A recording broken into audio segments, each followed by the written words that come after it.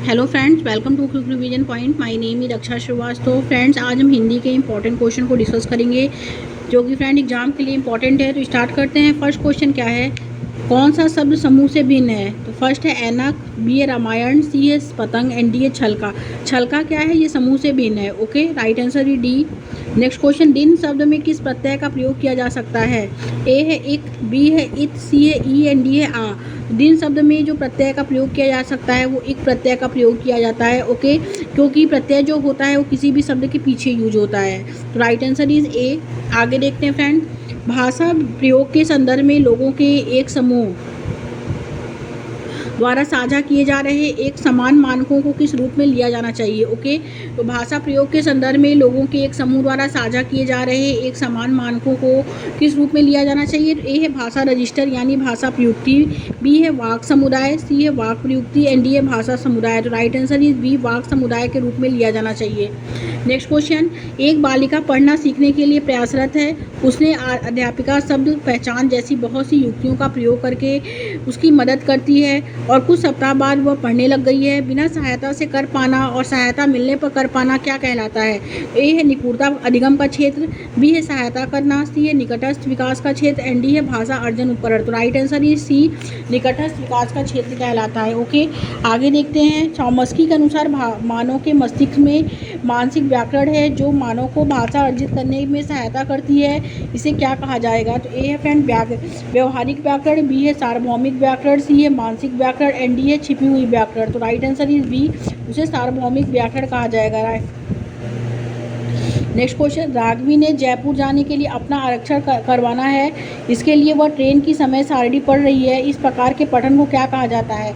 ए है सरसरी तौर पे पठन, बी है बारीकी से पठन, सी है गहन विस्तृत पठन एंड डी है अंशों में पठन। तो राइट आंसर इज बी हो जाएगा, बारीकी से पठन कहा जाएगा। ओके, नेक्स्ट क्वेश्चन, कक्षा 7 की एक अध्यापिका अपने विद्यार्थी को एक अनुच्छेद लिखने के लिए कहती है। लेखन का पहला चरण कौन सा होना चाहिए? तो ए है प्रारूपण, बी है मानसिक चित्रण, सी है समीक्षा एंड डी है संपादन। राइट आंसर इज बी, मानस चित्रण होना चाहिए। ओके, नेक्स्ट क्वेश्चन, भाषा अधिगम का रचनावादी उपागम किसे सुमन्नत करता है?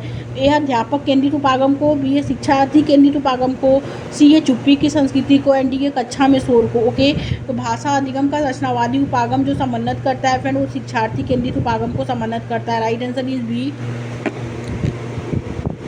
नेक्स्ट क्वेश्चन, एक अध्यापक कक्षा 6 के विद्यार्थी के स्वर्ण कौशलों का आकलन करना चाहती है। निम्नलिखित में से कौन सी युक्ति स्वर्ण कौशल के आकलन की सर्वाधिक उपयुक्त गतिविधि होगी? फर्स्ट है अध्यापिका एक चित्र दिखाती है और विद्यार्थियों को उसका वर्णन करने के लिए कहती है। बी है अध्यापिका विद्यार्थियों को सुने गए के आधार पर तालिका पूरा करने के लिए कहती है।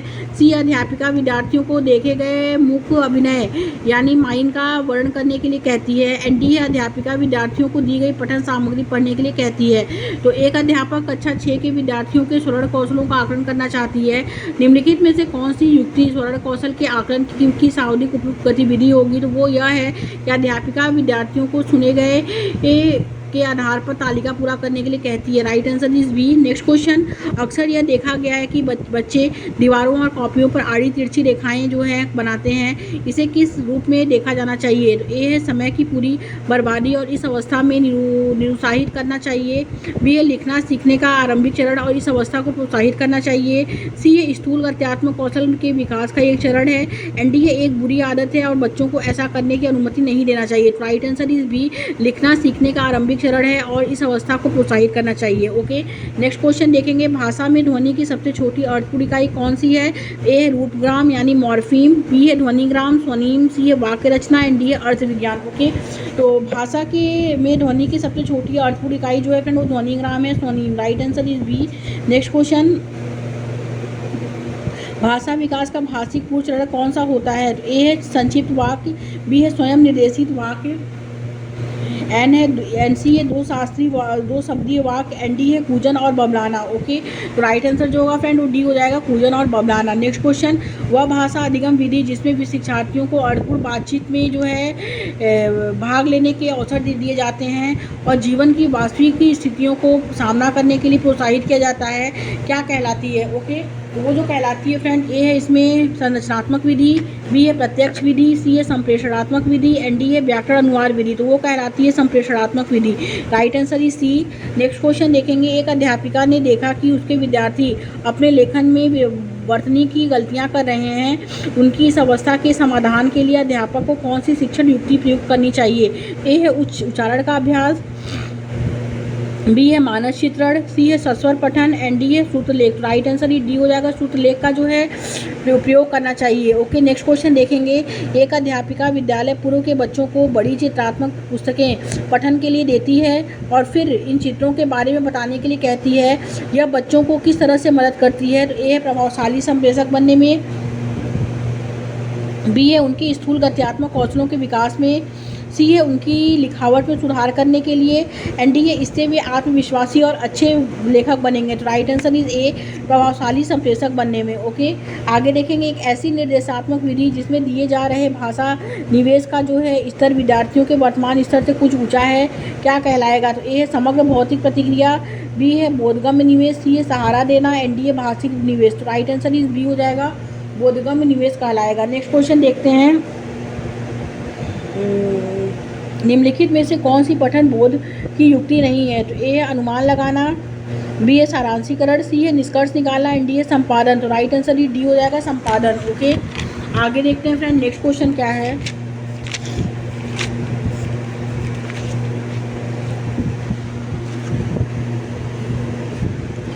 नेक्स्ट क्वेश्चन है फ्रेंड इसमें कि निम्नलिखित में से विशेषण विशेष का उदाहरण क्या है? तो ए सोने की, बी है जौ गेहूँ, सी है हरी धरा, डी है पीली। तो राइट आंसर इज सी, हरी धरा। तैलाक्त के समान शब्द क्या है? तो ए है दुसाध्य, बी है विरक्त, सी है तिलयुक्त एंड डी है विषाक्त। राइट आंसर डी हो जाएगा, विषाक्त है। नेक्स्ट क्वेश्चन, निम्नलिखित में से कौन से ग्राही कौशल हैं? तो स्वर्ण एवं पठन क्या है? ग्राही कौशल है। Right answer is B. निम्नलिखित में से कौन सा वर्तमान भाषा अधिगम दृष्टिकोण से सही है? तो जो सही है वो कौन सा है? तो वो है फ्रेंड स्वर्ण, वाचन, पठन और लेखन, ध्यान देना और चिंतन साथ साथ विकसित होते हैं। Right answer is C. आगे देखते हैं फ्रेंड, पठन अर्थ निर्माण की प्रक्रिया है, इसका क्या तात्पर्य है? इसका जो तात्पर्य है फ्रेंड वो यह है कि पठन पढ़ी गई सामग्री के प्रति समझ और उसके प्रति बोध है। Okay, right answer is B हो जाएगा। आगे देखते हैं, नेक्स्ट क्वेश्चन क्या है। कक्षा 5 की अध्यापिका अपने विद्यार्थियों को 5-5 के समूह में बांटती है। वह उन्हें कुछ थीम और टॉपिक देती है। ओके, और फिर जिन पर उन्हें राय का संग्रहीकरण करना है, विभिन्न पहलुओं पर लोगों का साक्षात्कार लेना है और उनकी व्याख्या करनी है। आंकड़ों के संग्रहीकरण व व्याख्या के आधार पर रिपोर्ट लिखनी है। इसे किस रूप में जाना जाएगा? तो ए है फ्रेंड प्रदत्त कार्य, बी है परियोजना कार्य, सी है पठन का थीम अनुसार उपागम एंड डी है शब्दावली अधिगम। तो राइट आंसर जो होगा फ्रेंड वो बी हो जाएगा, परियोजना कार्य। ओके, नेक्स्ट क्वेश्चन, भारतीय संविधान में अंग्रेजी भाषा को किस रूप में स्वीकृत किया जाएगा? तो वो किया जाएगा फ्रेंड उप कार्यालयी भाषा के रूप में स्वीकृत किया जाएगा। राइट आंसर ये डी। आगे देखते हैं, निम्नलिखित में से कौन सा पठन के समय का कार्य है? तो वो जो कार्य है फ्रेंड वो यह है, कक्षा को 4-4 के समूह में विभाजित किया जाता है और बारी बारी से पठन सामग्री का पठन किया जाता है। अध्यापक बच्चों को पाठ सामग्री को समझने के लिए डिकोडिंग में सुगमता प्रदान करता है। ओके, राइट आंसर जो होगा वो डी हो जाएगा। नेक्स्ट क्वेश्चन, भाषा क्या है? भाषा जो है फ्रेंड वो व्यवस्थाओं की व्यवस्था है। ओके, राइट आंसर जो होगा वो ए हो जाएगा। आगे देखते हैं, रूप फॉर्म आधारित उपागम के माध्यम से भाषा के व्याकरणिक पहलुओं का अध्ययन क्या अर्जित करता है? ए कार्यविधिक ज्ञान, बी है घोषणात्मक ज्ञान, सी है विषय वस्तु का ज्ञान एंड डी है फ्रेंड वस्तु ज्ञान। ओके, तो वो करता है फ्रेंड घोषणात्मक ज्ञान को। राइट आंसर जो होगा वो बी हो जाएगा। आगे देखते हैं फ्रेंड, निम्नलिखित में से कौन सा आकलन के उद्देश्य के बारे में सही है? ओके, तो आकलन शिक्षार्थी को यह सूचित करने के लिए किया जाता है कि उसने क्या सीखा है। तो ये क्या है? ये गलत करेक्ट है। सेकंड है कि आकलन यह जानने के लिए किया जाता है कि विद्यार्थी ने क्या नहीं सीखा है। यस, ये भी राइट है। थर्ड है फ्रेंड कि आकलन शिक्षार्थी को यह बताने के लिए किया जाता है कि कक्षा में वरीयता के अनुसार कवर कहाँ है। तो ये गलत है। एंड फोर्थ है आकलन शिक्षार्थी को उच्च कक्षाओं को प्रोन्नत करने के लिए किया जाता है। ये भी गलत है। तो पहला और दूसरा राइट हो जाएगा। तो right answer is B. Next question देखेंगे, राष्ट्रीय शिक्षा नीति 2020 जो है फ्रेंड शास्त्रीय भाषाओं के अध्ययन को किस रूप में अनुशंसित करती है? तो ए है माध्यमिक श्रेणी में एक अतिरिक्त विकल्प के रूप में जो है वो अनुशंसित करती है। Right answer is C. Next question, निम्नलिखित में से कौन सा कथन प्रभावशाली तरीके से व्याकरण शिक्षण के बारे में सही नहीं है? ओके, तो फर्स्ट है फ्रेंड प्रामाणिक और संप्रेषण के माध्यम से रूप विधान प्रस्तुत करना, बी है संदर्भ में व्याकरण में प्रारंभिक नियम बताना, सी है जीवन की वास्तविक संप्रेषण स्थितियों को आधार बनाकर सूत्र विधान का अभ्यास करवाना एंड डी है व्याकरण को उनके नियम कंठस्थ करके व ड्रिल द्वारा सीखना। तो राइट आंसर ही डी कि व्याकरण को उनके नियम कंठस्थ करके व ड्रिल द्वारा सीखना।